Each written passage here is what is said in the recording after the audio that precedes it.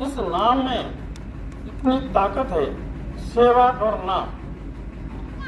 जैसे बोला पुंडलिक और दे हारी उठे, हाँ पुंडलिक का नाम बहुत जबरदस्त ले लेते, क्योंकि पुंडलिक महाराज जो थे उन्होंने माँ बाप के पैर दबाते दबाते पर ब्रह्म को भी दरवाजे में रोक दिया।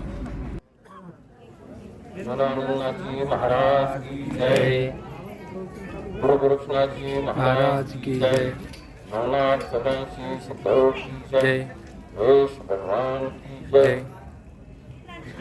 संत सौदामान जी महाराज की जय, सियावर रामचंद्र की जय, सियावर रामचंद्र की जय, बोला सियावर रामचंद्र की जय, सियावर रामचंद्र की जय, सियावर रामचंद्र की जय, सियावर रामचंद्र की जय। 22 तारीख को प्रभु रामचंद्र की स्थापना हो गई है अयोध्या में, और वो स्थापना का मूल हम सबके प्रभु रामचंद्र के प्रति जो भक्ति है, उस भक्ति का प्रतीक हमारे हिंदुओं में भक्ति को, क्योंकि प्रभु रामचंद्र ने भक्ति का बड़ा महत्व बताया, उसमें सबसे श्रेष्ठ सेवा भक्ति है। क्योंकि हमें नाम लेने में तकलीफ हो जाती है। जितने भी वानर सेना थी, हनुमान जी थे, विभीषण थे, इतने सारे लोग थे, सभी ने सेवा की। भक्ति बाकी शबरी ने की, इसलिए माता शबरी को प्रभु रामचंद्र ने नवविधा भक्ति बताई। तो उस नवविधा भक्ति में सेवा, संतों की सेवा, भक्तों की सेवा, दशयुग अभी दिंडी की सेवा। अब ये देखो हमारे दिंडी में ये सारे संत ही है, जो भी देवाचं नाव भक्तीने घेतो तो धरा संत। आप भी अपने घर में प्रभु रामचंद्र का नाम लो, आप भी संत हो जाओ। संत होने में क्या लगता है, बस भगवान का नाम लो और सेवा करो। चाहे तुम पति की सेवा करो, चाहे बच्चों की सेवा करो, चाहे अतिथि की सेवा करो, या जो निस्वार्थ सेवा करोगे उसका रूपांतर भक्ति में हो जाएगा। और आज बड़ा सौभाग्य है, इस तुम्हारे क्षेत्र में बाबा आनंदनाथ जी राणा वनपट से ये दिंडी यहाँ जैसे नदी बहती है वैसे आए ये लोग। घर के बड़े श्रीमंत है, बड़ी बड़ी खेती है इनकी, लेकिन सारा छोड़ के ये पैदल यहाँ आए, तो ये बहुत बड़ी भक्ति है।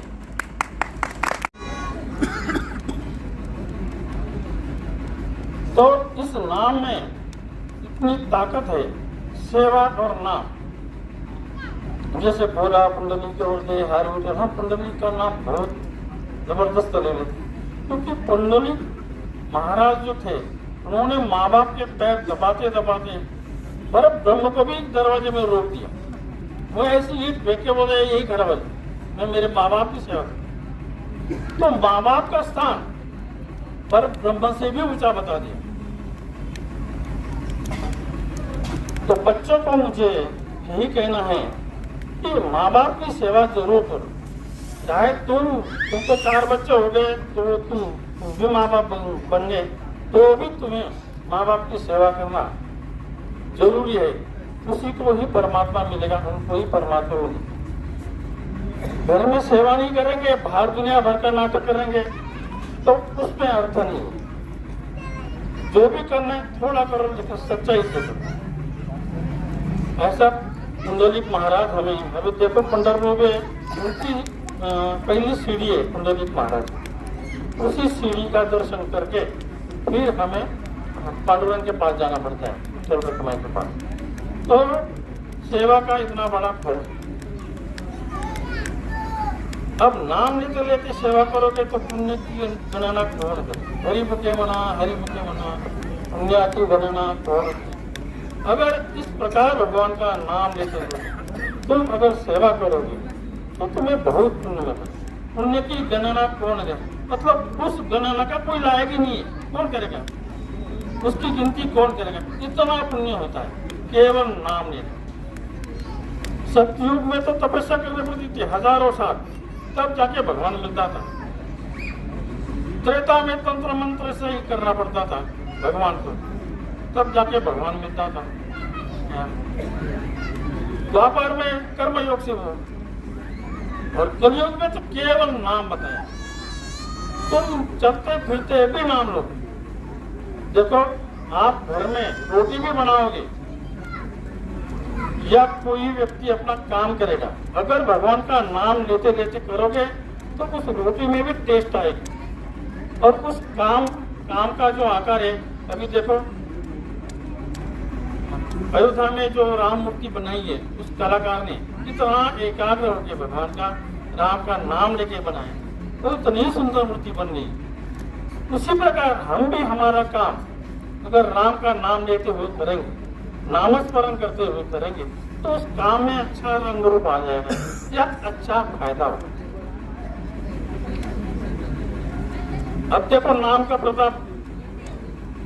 एक बार मच्छिंद्रनाथ और गोरक्षनाथ भिक्षाटन कर रहे थे, और जाते जाते एक गांव में रुक गए,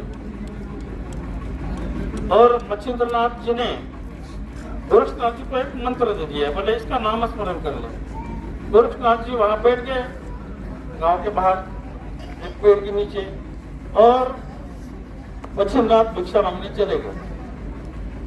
तो उस समय वहां कुछ बच्चे खेल रहे थे, उन्होंने मिट्टी की गाड़ी बनाई और खेल रहे थे। उनको उस गाड़ी चलाने वाला जो गाड़ियों है वो बनाने नहीं आ रहा था। अब उन्होंने देखा वहां एक बाबा, मतलब गोरक्षनाथ जी बैठे अपने ध्यान कर रहे हैं, नाम ले रहे हैं। तो फिर वो वहां गोरक्षनाथ जी के पास चले गए, और उन्होंने गोरक्षनाथ जी को कहा कि बाबा बाबा, हमने ये गाड़ी बनाई, ये गाड़ी चलाने वाला गाड़ीवान बना दो।